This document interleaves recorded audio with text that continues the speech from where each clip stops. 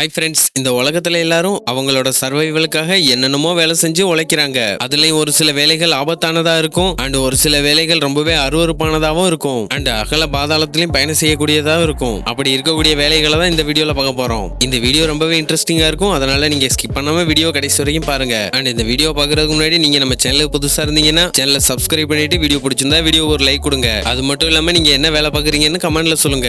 Number 1, human taster. இது வேலை என்னன்னா, ஒரு கம்பெனில சமைச்சு கொடுக்குற சாப்பாடை சாப்பிட்டு பார்த்துட்டு நல்லா இருக்கா நல்லா இல்லையான்னு சொல்லணும். உண்மையிலேயே இந்த ஒரு ஜாபை பார்க்கும்போது ரொம்பவே ஈஸியாகவும் சூப்பராகவும் தெரியும். அண்ட் இந்த ஒரு ஜாபை நீங்க கேட்ட உடனே இந்த ஒரு ஜாப்ல நம்மளும் சேரலாம்னு உங்களுக்கு தோணி இருக்கும். ஆனா அவங்க சாப்பிட்டு பார்க்க போற உணவு என்னன்னு கேட்டீங்கன்னா நீங்க ஷாக் ஆயிருவீங்க. ஏன்னா நாய்களுக்காக தயாரிக்கப்படுற உணவை தான் இவங்க சாப்பிட்டு பார்த்துட்டு அது எப்படி இருக்குன்னு சொல்லணும். இது R&D ப்ராசஸ்னு சொல்றாங்க.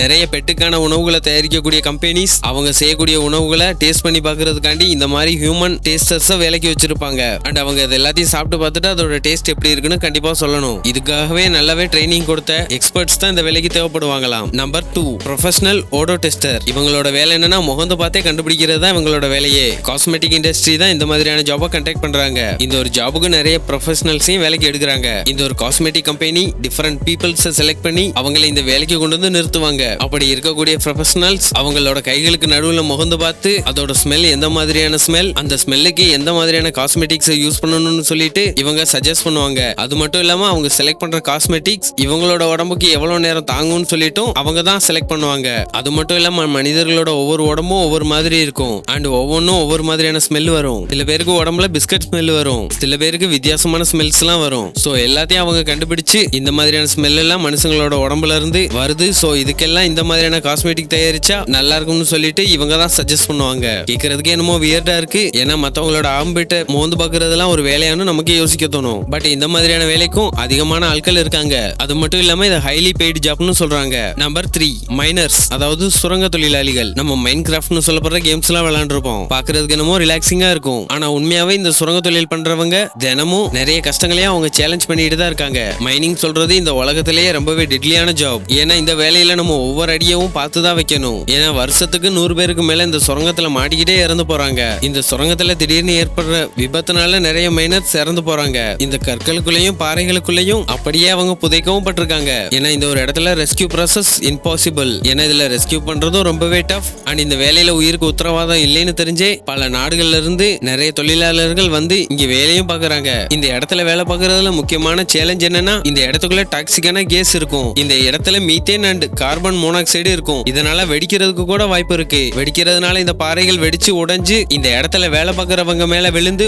மூடுறதுக்கும் வாய்ப்பு இருக்கு. அது மட்டும் இல்லாம இந்த சுரங்கத்தை தோன்றதுக்காக அவங்க யூஸ் பண்ற ஆக்ஸ், ட்ரில்ஸ், கன்வேயர்ஸ்லாம் இருக்கும். அது எல்லாத்தையுமே அந்த சின்ன ஸ்பேஸ்க்குள்ள எடுத்துட்டு போகும்போது அங்க வேலை பார்க்கறவங்க மேல அடிபடுறதுக்கும் அதிகமான வாய்ப்பு இருக்கு. அவங்களோட கைகள்லயும் கால்கள்லயும் இடிச்சுக்கிட்டு அவங்க மேல ஸ்கிராட்ச் விழுகிறதுக்கும் அதிகமான வாய்ப்பு இருக்கு. அது மட்டும் இல்லாம ரொம்ப வருஷமா மைனர்ஸா இந்த இடத்துக்குள்ள, அதாவது இந்த குறுகின இடத்துக்குள்ள வேலை பார்க்கறதுனால அவங்களுக்கு லங்ஸ்ல பிரச்சனை வர்றதுக்கும் வாய்ப்பு இருக்கு. அதாவது இவங்க கோல் மைன்ஸ்ல வேலை பார்க்கும்போது அவங்களால சுவாசிக்கிறதே ரொம்பவே கஷ்டமான ஒரு விஷயமா இருக்கும். இதனால அவங்களுக்கு ஆன்சைட்டியும் டிப்ரெஷனும் ரொம்பவே அதிகமா இருக்கும். ஏன்னா இவங்களோட ஃபேமிலிஸ் எல்லாத்தையும் ரொம்ப தூரமா விட்டுட்டு சன்லைட்டே வராத இந்த ஒரு இடத்துல பல மைல் தூரம் தள்ளி வந்து இந்த ஒரு இடத்துல வேலை பார்க்கறாங்க. கொஞ்சம் கூட வெளிச்சமே இல்லாத ஒரு இடத்துல ஒரு டார்ச்சை மட்டும் தலையில கட்டிட்டு வேலை பார்க்கறாங்க. அடுத்து என்ன நடக்கும்னு கூட தெரியாம இப்படிப்பட்ட டிப்ரெஷன்ல வேலை பார்க்கறதுனாலயே அவங்களுக்கு ஆன்சைட்டி ரொம்பவே அதிகமா இருக்குமா. இப்படி வேலை பார்க்கறவங்க ரொம்பவே பின்தங்கின குடும்பத்துல இருந்து தான் வருவாங்களாம். இவங்க இந்த அளவுக்கு கடின உழைப்பு போட்டாலும் கூட அவங்களுக்கு கொடுக்கப்படுற சம்பளம் பத்தாதுன்னு தான் சொல்றாங்க.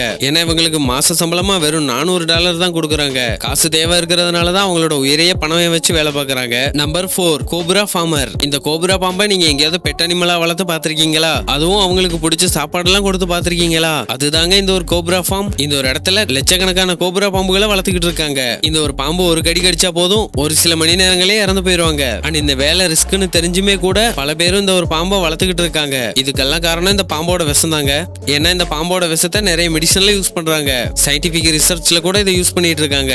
இந்த ஒரு பாம்போட விஷம் அதிகமான ரேட்டுக்கு போறதுனாலதான் கோப்ரா ஃபார்மிங் அமைச்சு அங்க இருக்கிற பாம்புகளுக்கு உணவு கொடுத்து வளர்த்துக்கிட்டு வராங்களாம். Number 5, mountain bus driver. நம்ம நினைப்போம் பஸ் டிரைவர்ன்றது ஈஸியான வேலை, பஸ் ஓட்டிட்டு போறதுதானு நினைப்போம். ஆனா இந்த ஒரு இடம் ரூட் 125 சொல்லப்படுற இந்த ஒரு ரோட்ல ஒரு பெரிய மவுண்டைன் ரோடு இருக்கு. இது கிளிப் சைடா இருக்கிறதுனால இது ரொம்பவே குறுகலான ஒரு ரோடா தான் இருக்கும். இந்த ஒரு இடத்துல கார் போறதுக்கான ஸ்பேஸ் மட்டும் தான் இருக்கும். அண்ட் இந்த ஒரு ரோட்ல தடுப்பு வேலி கூட கிடையாது. அண்ட் இப்படிப்பட்ட இடத்துல தான் இந்த பஸ் ஓட்டிட்டும் போகணும். பஸ் எல்லாமே நார்மலாவே ஃபுல்லாவே கிரௌடடா தான் இருக்கும். அண்ட் இந்த ஒரு இடத்துல அதிகமான நிலச்சரிவுகள் ஏற்படும். அண்ட் திடீர்னு மேல இருந்து பாறை கூட கீழே வந்து விழுகுமாம். மலைப்பகுதிகளில் மேல போக போக பனிகள் சூழ்ந்துக்கிறமாம். அதுவும் சாதாரண பனியில மூடு பனி சூழ்ந்துக்கிறமாம். இதனால ஆப்போசிட்ல பஸ் வர்றது கூட நமக்கு தெரியாது. அது மட்டும் இல்லாம எதிரில பள்ளம் இருக்கான்னு கூட தெரியாது. அந்த மாதிரி இடத்துல தான் நம்ம டிராவல் பண்ற மாதிரியும் இருக்கும். அண்ட் இந்த ஒரு இடத்துல ஸ்ட்ரீட் லைட்ஸ் கூட இருக்காது. அதுவும் டவுன்ஹில் நம்ம மேல இருந்து கீழே வரும்போது நம்ம வரக்கூடிய வாகனங்கள்ல அதிகமா பிரேக் ஃபெயிலியர் ஆயிரும். இதனால இந்த ஒரு இடத்துல பல மக்கள் இறந்து போறாங்க. இந்த ஒரு பஸ்ஸை நம்ம அங்க ஓட்டிட்டு போனோம்னா அதுதான் நம்மளோட